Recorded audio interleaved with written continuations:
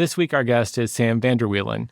I met Sam at a conference I attended last month, and it was the first time I'd ever heard her speak. It's the first time I'd heard about her business or her book, and she absolutely blew me away. She comes from a very real place. She's super authentic, and you can just tell, like, man, this person really knows what she's talking about. Sam was an attorney who hated her career, thought that's where she wanted to go. She dealt with multiple challenges while pivoting from being an attorney to starting her own online business selling legal templates. But in 8 short years, despite the fact she lost both of her parents, had to take care of her father in his dying years, also had brain surgery herself, all of these challenges, in 8 short years, she built an 8-figure business. And we get a chance to learn from her today. We only have 30 or so minutes, so we are focused on some of the things that I love about what she's done. She did over 1,200 interviews to figure out exactly what it was her customers needed so that she could deliver the right product. Those were also sales calls, by the way. She didn't take that long to figure it out, but she made a real commitment to understand what is it that she could uniquely do, that they uniquely needed, and through curiosity, delivered an 8-figure product. She's a great business person, lots of tactical tips, and I also think she's just pretty darn funny. I hope you'll enjoy this episode with Sam Vander Wielen.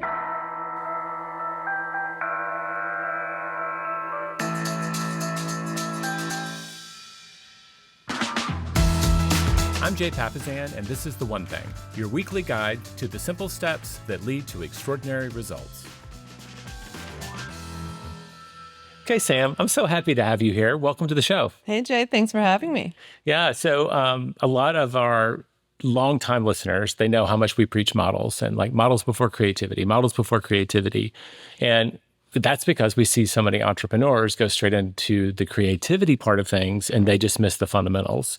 I love in your book how you're kind of also telling people, don't just copy everybody. Go ahead and be unique too. So I know that you're not telling people to skip the basics. Walk me through what you're seeing and why you're leaning into that be unique advice. Yeah, I mean, models are important because models show us that there is demand for something. It's a great place to start in seeing that there's proof of concept, something's working.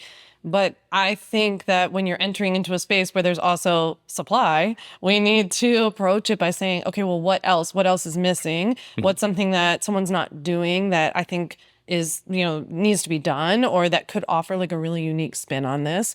And when people nowadays get so concerned over starting a business or starting some sort of like online presence, the first thing that they'll say to me is, I'm so concerned, there's no space for me. There's already I see so many people doing what I want to do. And I always say, there are a lot of people doing what you want to do the way that you see it. Why don't we instead go and start something that you don't see being done? And that's how you will actually stand out amongst a very crowded sea. How do you get people to trust that there is an actual audience for them doing it their way? Because I mean, like you might be coaching me here right onto the spot because you look up and you're like, well, like a lot of I think I told you about a third of our listeners are probably in the real estate field. And like, it's a joke in some states. Like, if you get pulled over and you don't have your driver's license, well, here's my real estate license. Like, there's a lot of competition. So how do I trust that my way is like an actual value proposition? I think that the only way is to try. I Okay. think. But I also think that this speaks to a lot of what are your values. So if it's very important to you to feel yourself, to be yourself, to feel like you're going to be able to show up and be the best version of yourself, if you're actually acting like yourself, then you have to show pieces of that in your content or in little sprinkles throughout your business, like maybe your branding, for example, or your social media presence.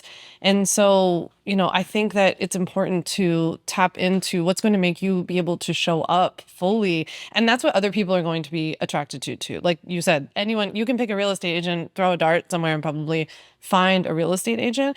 But I'm sure that people want to work with people who they trust, who they connect with. But you have to actually give them a little something to connect with. Yeah. Yeah. Well, the saying in our industry, people want to work with people they know, like, and trust. Yeah. And so the trust is where you're giving them information that's reliable. But like knowing and liking you, like we were chatting, like I got to see you for the first time at a conference on a stage. But what screamed out from like, you're in front of all these people, like I didn't know it then, but it was one of your first big speeches like that. But you were just so authentic. You were just being you. And it felt clearly that you were being you. And that was actually what attracted me to it. Because I think some people, I think they can sense when we're trying to be something we're not we aren't authentically are. Let me say that 3 times fast. Yeah. So again, like we just need to go out and try it. How do we know if it's working or not? I think you know when you're getting a response from people. Like, let's use my talk at the conference we were at as an example. So after I gave this talk and I was very vulnerable and sharing about my life, so many people came up to me and said, oh, when you shared about X, Y, or Z, that was exactly me. And I related to that because, and then they would tell me their story. And I know I already told you this, but when they would say that, I would think, that's not at all what I was talking about, or that's not what I said, even what they heard. But it was interesting to know that that meant it worked in the sense that it connected with them. It landed with them. People saw themselves in it. So I think that you see that it's working when you get a response from people. I mean, in my industry, this is typically like I get email responses from people saying, are you in my head? Or can you hear what I'm thinking? Or you always know the right thing to say. So in your industry, you kind of have to translate whatever that would mean to you, whether that's you're getting a lot of inquiries or people are just saying, I don't know what it is about you. It's just like, I want to work with you. And I think that's when you can kind of tell that you're building more of a community and an audience, not just making a sale here or there. Right. Like audience over engagements. I can't remember the language you use. You distinguish between 2 things. So when you are sending an email or making a social post, what is the feedback from that you count as that worked? Yeah, I would consider, I mean, especially when I write my emails, for example, like I have a weekly newsletter called Sam Sidebar, and I get a lot of replies. Plug for you. I'm a subscriber. Sam Sidebar. We will put it in the podcast notes. Y'all should definitely sign up. Thank you. Yeah, it's my favorite thing to do in my business, which I think then reflects itself, in what I'm about to say. But I always considered it to be engagement, but this is also my style. So this is an example. Like I'm from Philadelphia and I'm I'm pretty forward. And so in my emails themselves, I will say to people, by the way, this is a 2-way street, hit reply and let me know your answer to this, because this is not just me yapping at you. This is you getting involved. And if you're going to sit here and be passive, this is not the place for you. And then I will have a lot of responses usually on those weeks when I say things like that. So that's, for me, I've decided that that's a good metric of like, am I actually getting people to respond to me in some way? I think nowadays, whatever platform you're talking about, whether it's a podcast, an email, a YouTube video, getting people to actually take some action from it is very difficult. There are so many passive watchers and listeners and readers. So that's what I consider to be a win. So you love the email best. You were an attorney for, was it 12 years? Or is it 12 years? It's been 12 years now, yeah. How long were you an attorney before you made the switch? I made it to 5 years. Okay. All right. Not as long as the average marriage. No. Okay. I couldn't make it any longer, yeah. But when I think about how people authentically respond, I'd go back to, you're from Philly, you're direct. Yeah. You were in a career path that you hated and made you miserable. You had a really tough childhood. Yeah. Right. And I think there's multiple levels where you've chosen. A lot of people, they get like, is this oversharing? Like that line is so unclear. And they also are just scared to be authentically them in front of everybody else. Because the worst thing in the world is to have people see you for who you are and still reject you. Right. So when people get to be seen and accepted, it's huge. But like you're doing it on at least 3 levels on a regular basis. And you're also strategically saying, let me know how you think about it. I mean, but the way that I talk about and share things pisses some people off. It really triggers some people. I get really mean emails or comments about things that, you can tell it's really bothered someone to talk so openly about mental health, or when I was caring for my dad when he had cancer, and it would really upset some people. But that's where, no matter what it is that you're doing in your business, you have to, it's very hard. So I'm not saying that this is an easy thing, but you have to constantly be coming back to this is the way I am, first of all. So this is, if you ask me how I'm doing, I'm pretty much going to tell you, unless you're like the Starbucks barista who doesn't want to hear it. But like, if you're, if you're someone that I know and you ask me, so this is the way that I know personally how to show up. And I came to this decision point, and I talked about this in my keynote at KIT, but I came to this fork in the road where it was like, I don't know how to move forward without talking about this, because it felt like this giant thing that I had hanging over me. You were in a hospital room caring for your dad and trying to do your job. Yes. Like, how can I hide that this is my life right now? Yeah. And I also thought that that meant that there had to be other people.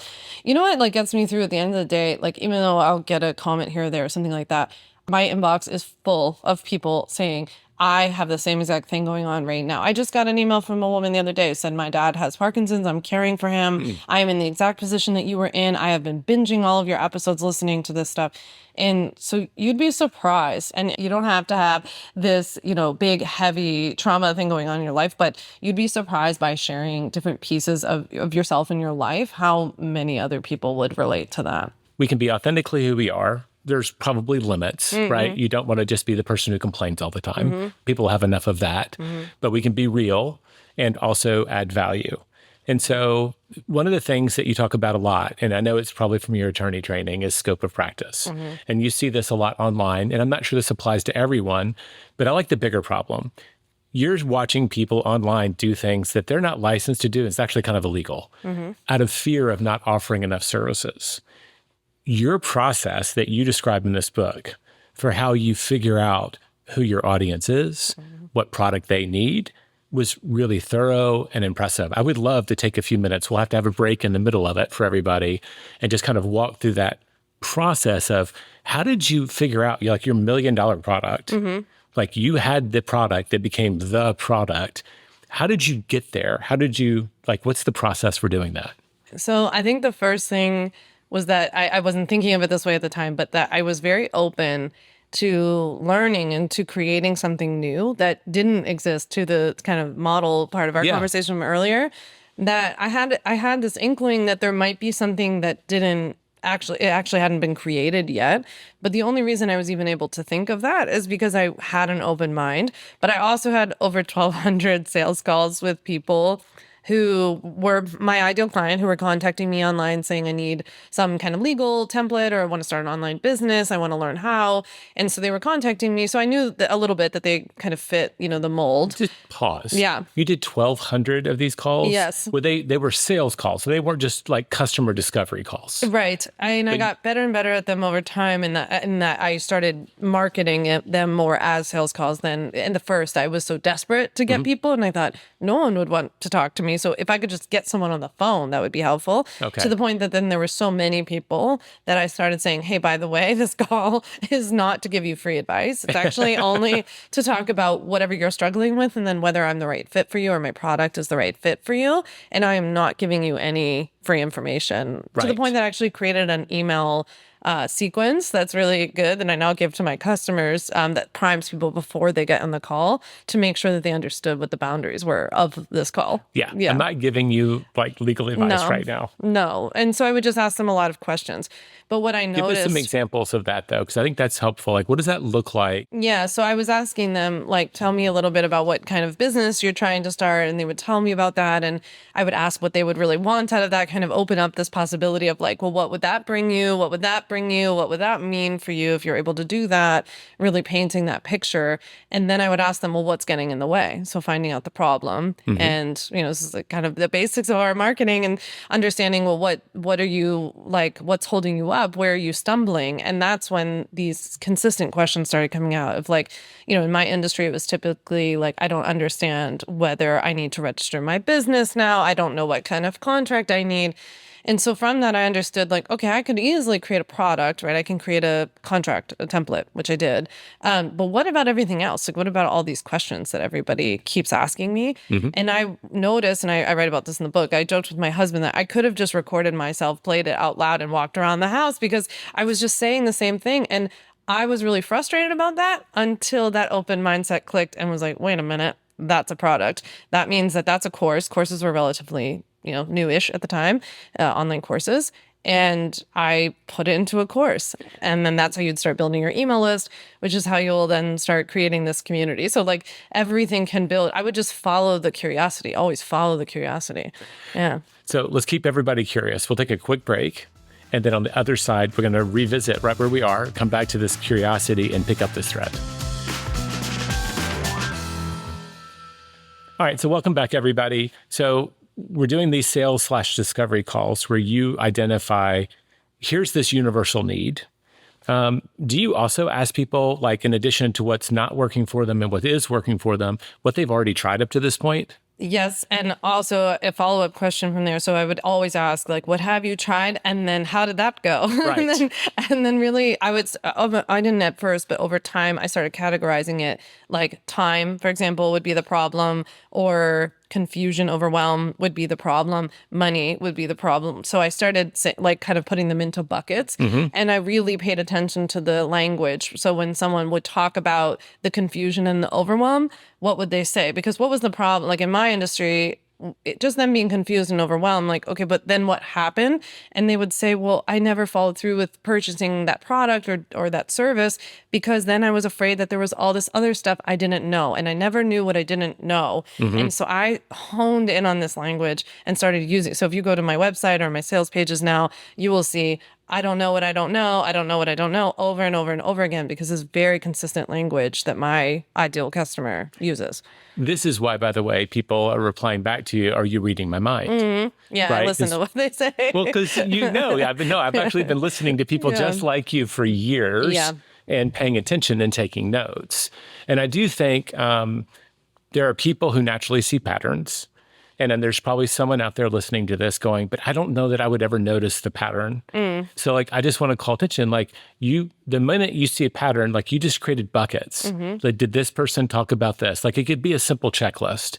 I think it's these 4 problems. Let me see when I get on this call, if they check, I can ask about each of them and see if they line up or not. Yes. I'm realizing as we're talking about this too, that so much of what we're talking about would be solved if more people would approach their businesses always thinking from the customer's perspective. Because if you're thinking about, I see this so often in my industry, people want to be the expert and present themselves as the expert because they're so, I understand, but like desperate to be taken seriously and respected and liked and followed and all of these things, that they start talking in a language that's literally a different language than what their customer is listening to. I mean, even a realtor, right, could talk in realtor speak and could talk about certain things that the average home Would you like a CMA on your home? Yes, exactly. No, but I'd like to know what my home is worth.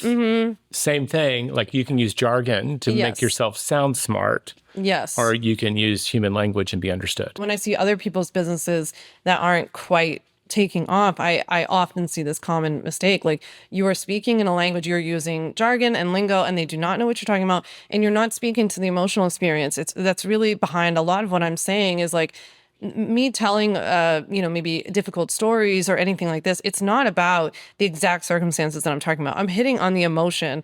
And even when I'm talking about grieving the loss of both my parents as I run my business, this speaks to someone who maybe even just had a child, like, because it's still this emotional pull of like, I can't be everything all at once, or I have other priorities now that are not my business. And I feel a lot of mixed feelings about that. So it's just speaking to the emotion that your customer is experiencing. And I see a lot of people like you, like they're designing the product for, sometimes it works, design the product for their own problem, but you got to position it for what your customers think they need.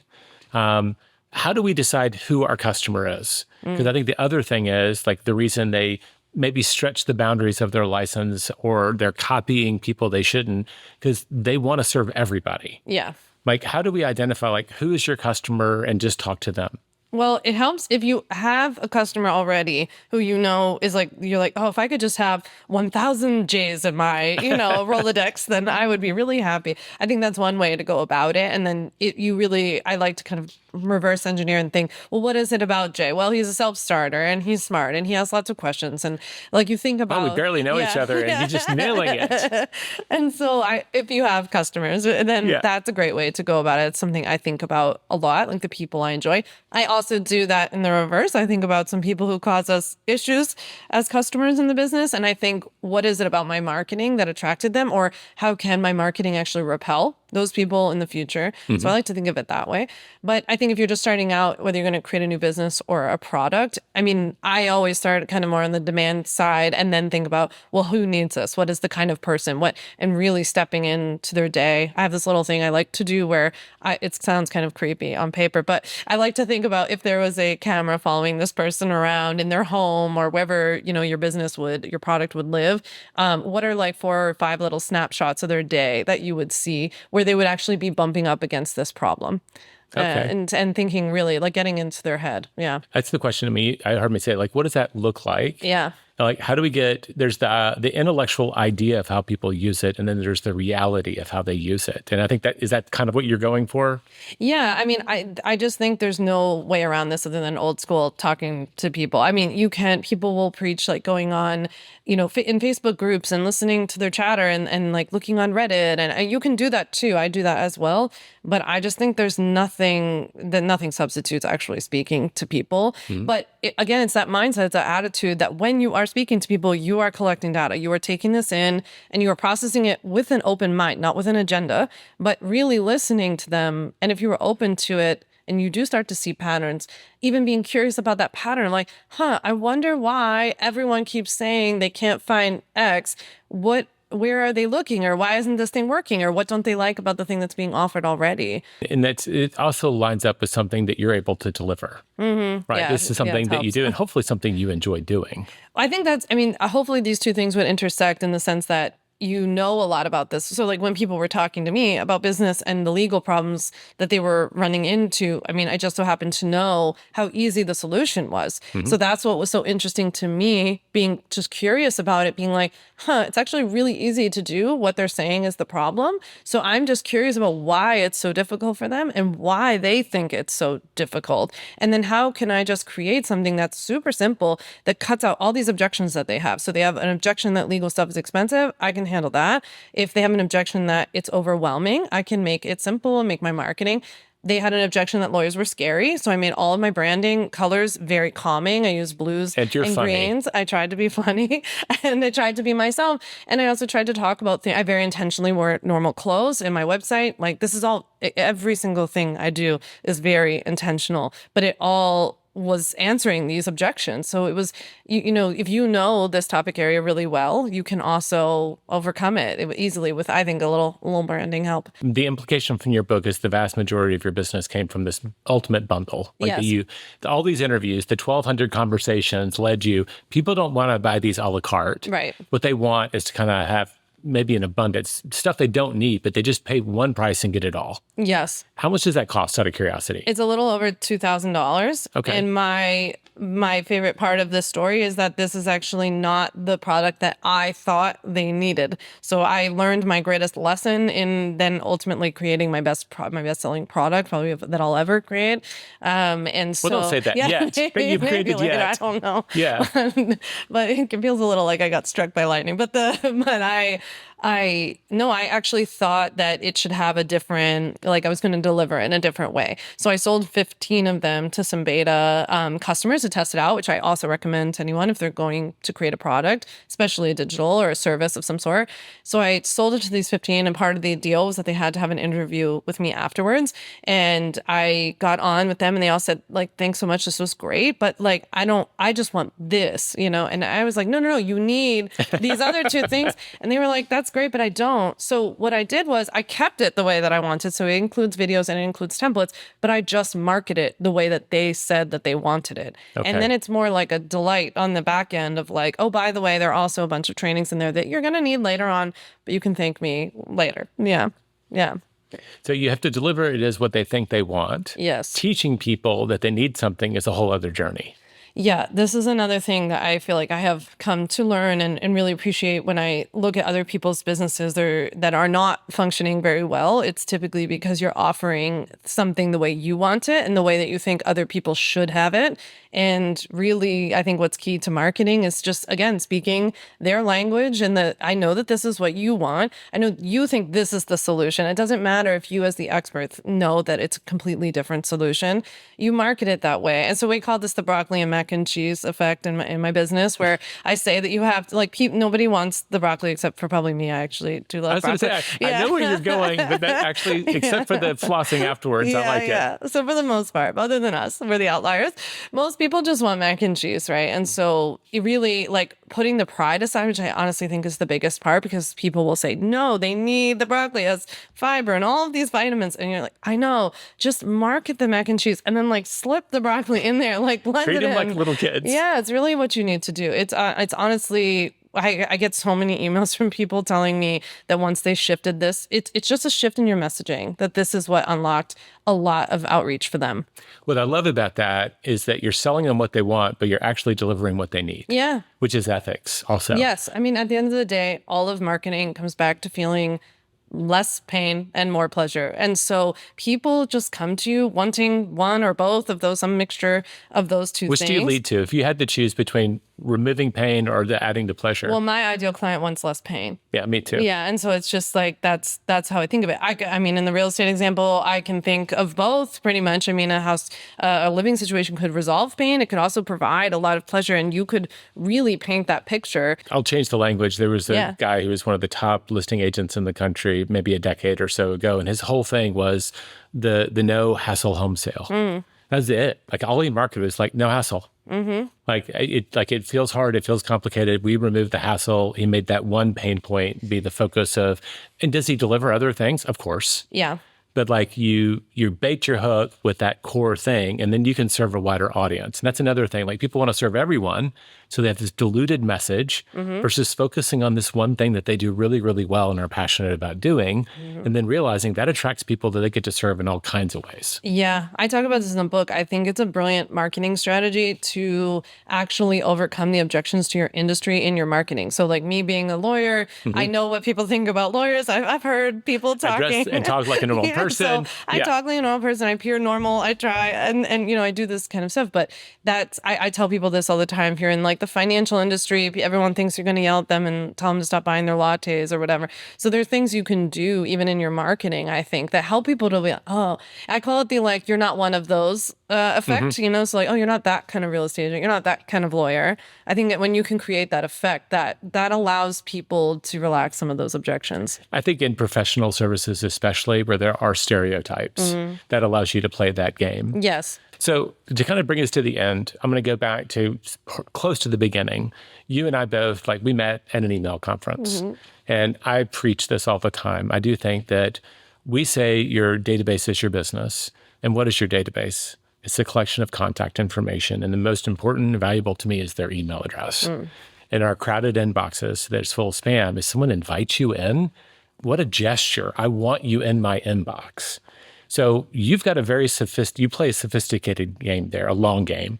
How are you doing some of the things we've talked about, building engagement with your clients, kind of nurturing them over time? Can you give us kind of a thumbnail strategy for how you're using email to kind of play the long game with all of these customers? I take an attitude that we internally call all roads lead to the email list. And so I literally think of every single thing that I do as to like, how could this support my email list? If you go give a talk at a conference, what is the call to action at the end that is getting people on your Are you list? subscribed to Sam's sidebar? Yeah, I slip it into every conversation. You know, I think about how to bring things back there because I've decided that that's the best conversion tool for me. I do think it's very difficult to stand out in a lot of other platforms. And I've always taken this attitude that I want to build a house on land I own and not one I rent. Thank you. Yeah. And that metaphor, for people to understand it, if you're building your business on Facebook or Instagram or any other platform, that is at best rented territory. Yeah. Someone else can plow down your house by changing the algorithm,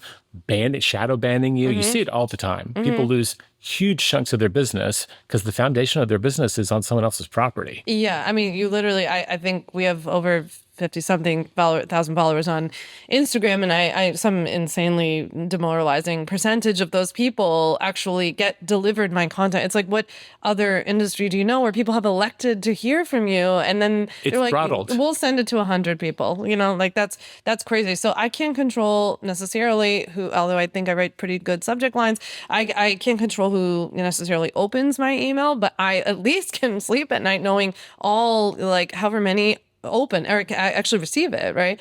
So that's as well as I can do. And so that's why I'm like, that's where my energy is going to go. And so I think with that mindset that, okay, all roads lead to the email list, this is going to be my place. I also position it in my business. Like, if you want the best information from me, then you better get my weekly newsletter.